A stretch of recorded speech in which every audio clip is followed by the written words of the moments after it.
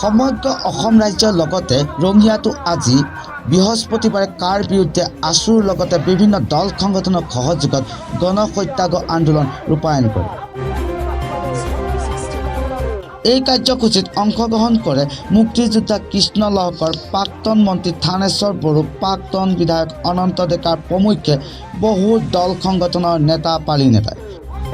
আমি নামানো বাতিল কৰক, নহয় আমাক গ্ৰেপ্তাৰ কৰক। এই কাৰ্যসূচী আমি ৰূপায়ণ কৰিব বিচাৰিছোঁ আৰু এই কাৰ্যসূচীৰ জৰিয়তে এই বিশ্বাসঘাতক চৰকাৰ, এই হত্যাকাৰী চৰকাৰক আমি সকীয়াই দিব বিচাৰিছোঁ যে কোনো কাৰণতে আমাৰ অসমৰ ৰাইজে যাতে এই বিজেপি দলক কোনো কাৰণতে গ্ৰহণ নকৰে আৰু এই বিজেপি দলক অসমৰ পৰা চিৰদিনলৈ উৎখাত কৰিব লাগে। এই দাবী আজি আমি সত্যাগ্ৰহ কাৰ্যসূচীৰ পৰাই জনাইছোঁ।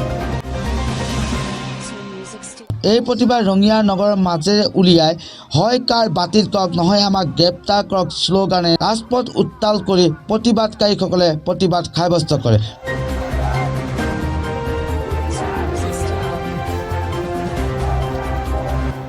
৭২-২৫ মাৰ্চ যি আমাৰ সিদ্ধান্ত হৈছিল, সেই সিদ্ধান্তৰ পৰা আমি কেতিয়াও আঁতৰত নাথাকোঁ।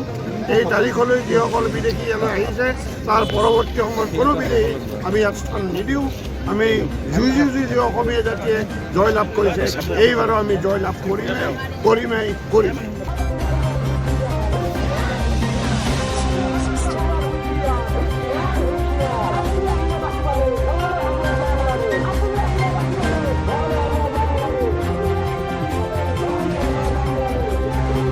ৰঙিয়াৰ পৰা ছাফিকুল আহমেদ ৰিপৰ্ট, টাইমছ আছাম 24।